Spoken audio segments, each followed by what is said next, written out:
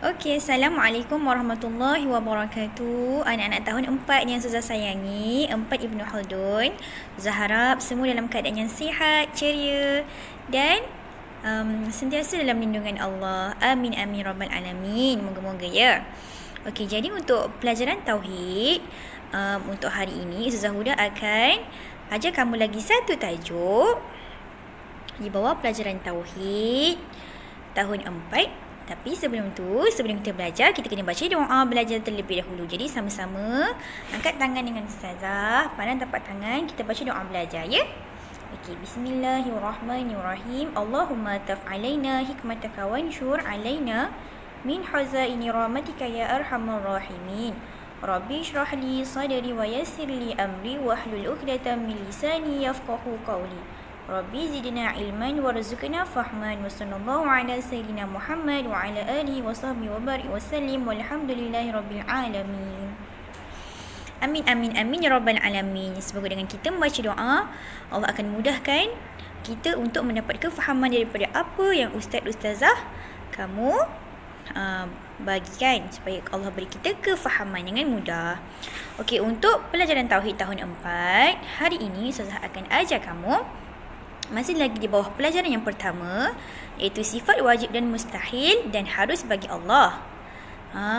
Okey, kita akan belajar sifat wajib dan mustahil bagi Allah yang kedua. Yang kedua apa? Yang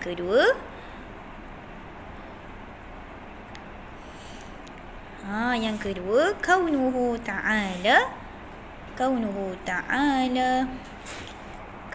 ta'ala muridan dan lawannya kaunuhu ta'ala karihan. Okey anak-anak. Sebelum tu kita nyanyi balik lagu sifat wajib dan mustahil bagi Allah, supaya awak dan Ustazah ingat. Okey, macam mana lagu sifat wajib dan mustahil bagi Allah yang Ustazah ajar hari tu? Okey, bismillahirrahmanirrahim. Macam mana lagu dia? Macam ni kan?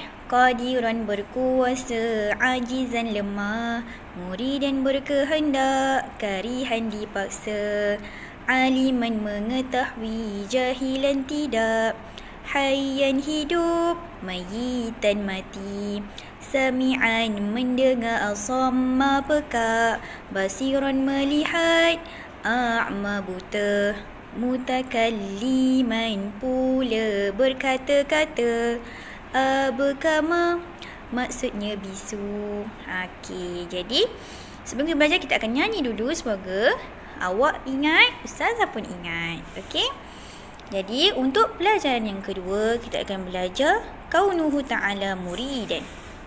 Hari tu kita dah baca kaunuhu ta'ala qadiran kan? Okey, hari ni Ustazah akan jelaskan kaunuhu ta'ala muridan, lawannya kaunuhu ta'ala karihan. Apa maksud kaunuhu ta'ala muridan anak-anak? Okey, maksud kaunuhu ta'ala muridan, artinya keadaan Allah Ta'ala yang berkehendak dan menentukan. Dari firman Allah dalam surah Al-Buruj ayat 15 hingga 16. A'udzubillahi minasyaitanirrajim. Bismillahirrahmanirrahim. Zul arshil majid. Fa'alul lima yurid. Maksudnya, anak-anak, Tuhan yang mempunyai arash yang tinggi kemuliaan. 16, yang berkuasa melakukan segala dengan kehendaknya. Maksudnya, nak bagi tahu kat sini dalam dalil surah Al-Buruj ni, Allah sendiri dah bagi tahu kita bahawa Allah tu maha tinggi kemuliaannya kan. Maha berkuasa melakukan apa sahaja dengan kehendak Allah. Memanglah semua yang datang daripada Allah.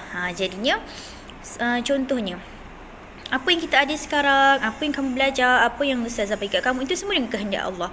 Kalau Allah tak bagi, maka benda tu takkan berlaku. Benda baik ke, benda buruk ke, kita kena percaya itu semua dengan kehendak Allah dan ada kebaikan di sebaliknya. Jadi tak ada siapa pun, tak ada benda apa pun yang boleh melawan kehendak Allah. Kalau Allah dah kata jadi, maka jadilah. Okey, lawannya sifat mustahil bagi Allah iaitu kaunuhu ta'ala karihan, keadaan Allah yang dipaksa. Memang mustahil lah Allah dipaksa kan. Sedangkan tiada siapa yang lebih berkuasa daripada Allah. Dalam surah Yasin ayat 82, A'udzubillahi minasyaitonirrajim. Bismillahirrahmanirrahim. Innama amruhu iza arada syai'an an yakula lahu kun fayakun. Sadaqallahul azim. Maksudnya sesungguhnya keadaan kekuasaannya, iaitu Allah, apabila ia menghendaki adanya sesuatu, hanyalah ia berfirman kepada hakikat benda itu. Allah cakap je, jadilah engkau, maka ia terus akan menjadi. Betapa berkuasanya Allah. Allah dapat mencipta dunia, mencipta manusia, mencipta apa sahaja yang kita miliki sekarang ni dengan hanya Allah berkata jadilah, maka benda tu sangat terus terjadi. Maka hanya maha berkuasanya Tuhan kita, iaitu Allah. Jadi kita kena percayalah sifat wajib bagi Allah dan sifat mustahil Allah yang kedua ini, iaitu kaunuhu ta'ala muridan, maksudnya keadaan Allah yang berkehendak dan menentukan. Lawannya, kita kena percaya mustahil Allah ini bersifat kaunuhu ta'ala karihan, artinya keadaan Allah Ta'ala yang dipaksa. Dalam surah pun ada bukti dan dalil Allah sertakan.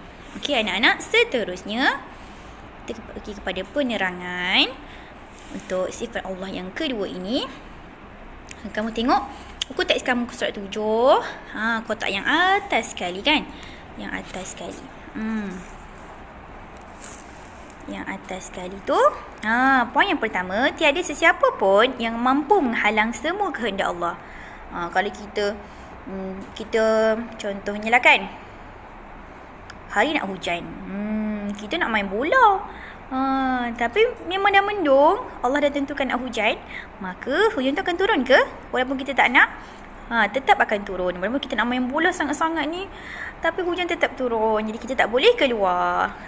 Macam tu lah, kita nak apa pun, kalau kehendak kita boleh lagi kan, boleh lagi. Kalau kehendak kita mesti jadi ataupun tak jadi. Kalau Allah dah berkehendak nak turun hujan, nak turun ribut, banjir, virus macam ni, maka akan terjadilah. Poin yang kedua, Allah bebas untuk melakukan apa sahaja mengikut kemahuannya. Allah itu maha berkuasa, kita ni hanya ciptaannya kan. Pokok semua kalau Allah nak matikan kita, ambil nyawa kita dalam sekelip mata, maka akan terjadi juga. Walaupun kita tua ke, muda ke, kalau Allah nak tarik nyawa kita, maka tetap akan terjadi. Poin yang ketiga, kita tidak boleh memaksa Allah untuk melakukan sesuatu. Kita hanya mampu untuk berdoa. Sekiranya bersungguh-sungguh berdoa, sekiranya benda itu baik untuk kita, Allah akan beri. Tapi kalau kita berdoa dan perkara itu bagi Allah tidak baik untuk kita, maka Allah akan jauhkan juga. Okey? Jadi kita tak boleh paksa Allah. Okey. Jadi kita tengok, tahukah anda yang belah bawah tu, pergerakan bumi mengelilingi matahari telah ditentukan dengan kehendak dan izin Allah. Okey, pergerakan bumi mengelilingi matahari pun Allah yang tentukan.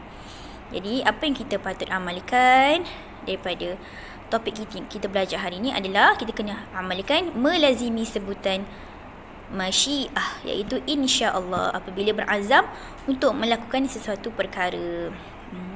Sebab kita ni hanya manusia biasa. Kalau Allah tak bagi kita contohnya Allah tak bagi juga kita buat, maka benda tak akan terjadi. Contohnya kita dah azam sangat ni, kita nak puasa, tapi tiba-tiba Allah datangkan sakit pada kita, maka benda tu akan terjadi. Contoh kita janji pada orang ke, kita nak buat sesuatu, kita kena lazimi perkataan insya-Allah, sebab kita tak pasti lagi, hanya dengan izin Allah benda tu akan terjadi. Macam tu. Okey anak-anak, semoga anak-anak Ustazah 4 Ibnu Khaldun faham apa yang kita belajar hari ini. Nanti Ustazah akan bagi latihan, kamu buat dan snap pada Ustazah ya. Okey, jangan lupa hantar kerja secepat yang mungkin. Hafal lagu sifat wajib dan mustahil bagi Allah. Itu sahaja untuk kelas kita petang ini. Assalamualaikum. Semoga sihat selalu.